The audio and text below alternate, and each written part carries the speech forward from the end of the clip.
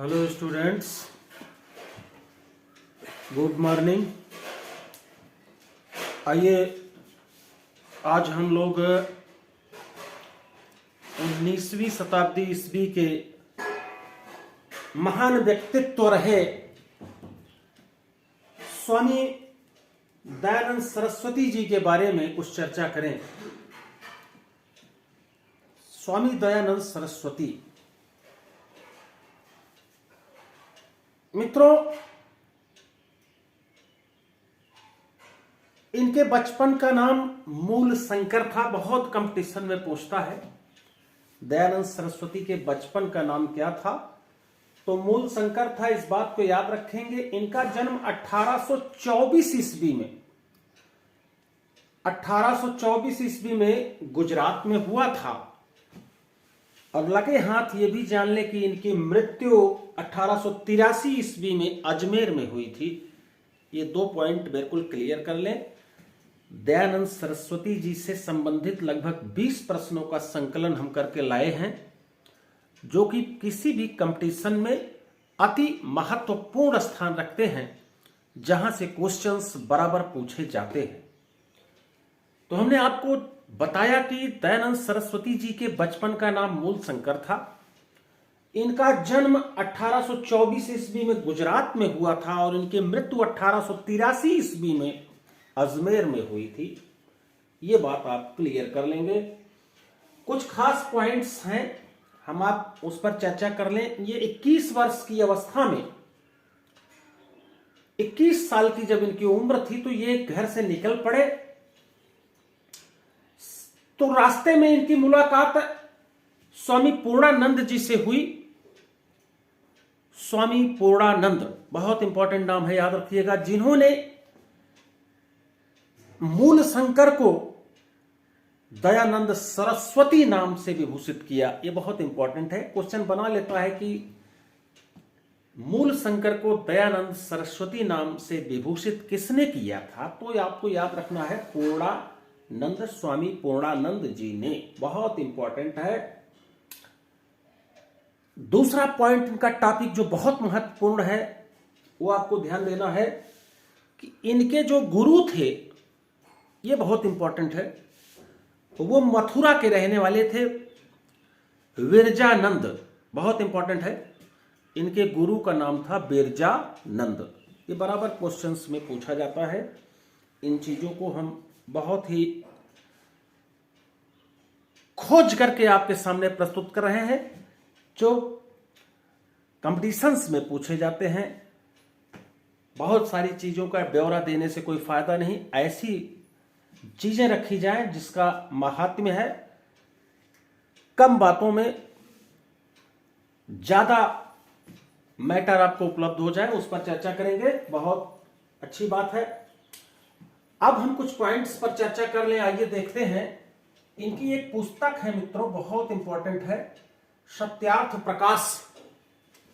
सत्यार्थ प्रकाश ये 1874 ईस्वी में इन्होंने लिखा था।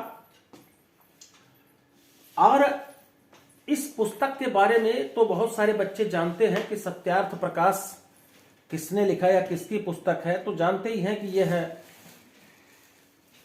दयानंद सरस्वती की है। लेकिन यह हिंदी भाषा में है। यह बात बहुत महत्वपूर्ण है। कभी कभी यहां से क्वेश्चन पूछता है कि सत्यार्थ प्रकाश किस भाषा में लिखी गई है, तो केशव चंद्र सेन के सुझाव पर दयानंद सरस्वती ने इस पुस्तक को हिंदी में लिखा था। सत्यार्थ प्रकाश बहुत इंपॉर्टेंट बुक्स है, आप इसको याद कर ले, जानते रहिए। इन्होंने मोस्ट इंपॉर्टेंट जो बात है ये आप दिमाग में रखिएगा, लगभग हर कंपटीशंस में क्वेश्चन उठाता है कि आर्य समाज की स्थापना किया था इन्होंने 1875 ईस्वी में बंबई में। 1875 में बंबई में आर्य समाज की स्थापना किया था। इनके द्वारा किए गए कुछ कार्य हैं, इनको भी आपको याद रखना है। एक मोस्ट इंपॉर्टेंट पॉइंट है इनके साथ में, दयानंद सरस्वती को भारत का मार्टिन लूथर किंग कहा जाता है। बहुत इंपॉर्टेंट, दयानंद सरस्वती को भारत का मार्टिन लूथर किंग, क्या बात है, याद रखिए। तो निश्चित रूप से ये 19वीं शताब्दी ईस्वी के एक महानतम व्यक्तित्व, महानतम विभूति अवश्य रहे होंगे, जिन्होंने समाज की दशा दिशा को बदलने का प्रयास किया। इन्होंने तत्कालीन समाज में व्याप्त बहुत सारे विधानों पर अपने मत व्यक्त किए, उसमें सुधार करने का प्रयास किया। धर्मांतरण हो रहे मुद्दों को इन्होंने अपने जेहन में बसाया। शुद्धि आंदोलन चलाया, बहुत इंपॉर्टेंट है। बहुत सारे लोगों को ईसाई मिशनरियों ने धर्म चेंज करा करके ईसाई बनाने का प्रयास किया, या विभिन्न लोगों ने यहाँ के हिंदू व्यवस्था में शेध मारने का प्रयास किया। तो इन्होंने शुद्धि आंदोलन चलाया, उनको फिर से अपने धर्म की तरफ वापसी का मार्ग प्रशस्त किया। ये दयानंद सरस्वती का अद्वितीय कार्य है, इस चीज को आपको याद रखना है। सबसे बहुत अच्छी बात है इनके साथ में कि जिन्होंने सबसे पहले भारतीय इतिहास में, भारतीय परिप्रेक्ष्य में सबसे पहले स्वराज शब्द का प्रयोग किया और हिंदी को राष्ट्रभाषा स्वीकार किया। बहुत ऊंची बात है। स्वराज शब्द का प्रयोग सबसे पहले दयानंद सरस्वती ने किया था और हिंदी को राष्ट्रभाषा स्वीकार करने का कार्य किया था। यह बात आपको याद रखना है। इन्होंने 1863 ईस्वी में, मित्रों इस चीज को भी याद रखना है, बहुत इंपॉर्टेंट है, पाखंड खंडनी पताका आगरा में फहराई। ये क्वेश्चन पूछा गया है कि पाखंड खंडनी पताका किसने फहराई थी, या ये किससे संबंधित है? तो दयानंद सरस्वती जी से संबंधित है। और इन्होंने 1863 में आगरा में इस प्रकार का पाखंड खंडनी पताका फहराने का कार्य किया था। इनका जो सबसे मोस्ट कार्य है वो आप जान लीजिए। इनको एक नारा है, वेदों की ओर लौटो, वेदों की ओर लौटो। ये बराबर पूछा जाता है किसने कहा था कि वेदों की ओर लौटो। वेदों की ओर लौटो का नारा दयानंद सरस्वती ने दिया था। बहुत इंपॉर्टेंट है। ये वर्ण व्यवस्था के पोषक थे, किंतु छुआछूत एवं जाति व्यवस्था के घोर विरोधी थे। ये आपको याद रखना है। छुआछूत और जाति व्यवस्था के विरोधी थे। मूर्ति पूजा का भी इन्होंने विरोध किया था। हिंदू धर्म को इन्होंने प्रतिष्ठित करने का अद्वितीय प्रयास किया था 19वीं शताब्दी ईस्वी में। इस चीज को याद रखना है मित्रों, बहुत ही इंपॉर्टेंट है। ये बहुत ही कठोर सुधारवादी थे। इनका जो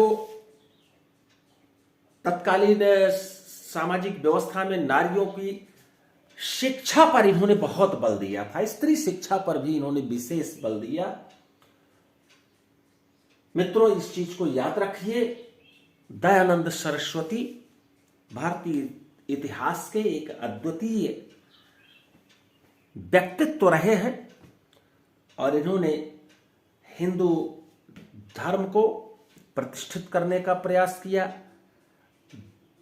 धर्मांतरण पर रोक लगाने का प्रयास किया, शुद्धि आंदोलन चला करके बहुत सारे लोगों को पुनः हिंदू धर्म में परिवर्तित करने का प्रयास किया।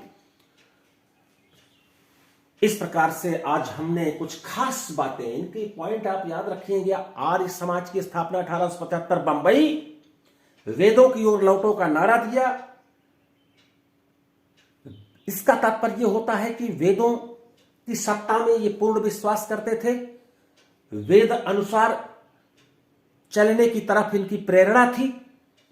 इस चीज को याद रखना है मित्रों, बहुत ही इंपॉर्टेंट है। और दूसरा इनका जो क्वेश्चन बराबर पूछा जाता है वो है, पुस्तक इनकी बहुत पूछी जाती है, सत्यार्थ प्रकाश, हिंदी भाषा में 1874 में लिखी गई थी। इन्होंने शुद्धि आंदोलन चलाया था, स्वराज शब्द का प्रयोग एवं हिंदी को राष्ट्रभाषा स्वीकार करने वाले पहले व्यक्ति थे। इस चीज को याद रखना। स्त्री शिक्षा पर इनका विशेष बल था। मित्रों ये दयानंद सरस्वती का एक थोड़ा सा खास खास टॉपिक मैं आपके सामने प्रस्तुत किया। यह टॉपिक आपको कैसा लगा कमेंट्स में जरूर लिखिएगा। दूसरी चीज, कभी हार ना मानिए, शिकस्त शब्द से दूर रहिए, लगे रहिए, डटे रहिए, हिम्मत न हारिए। मंजिल को छूने की उत्कंठा अपने मन में सजो के रखिए, छुएंगे सफल होंगे। नमस्कार। स्वस्थ रहें, मस्त रहें, व्यस्त रहें, पढ़ाई में लीन रहें। धन्यवाद।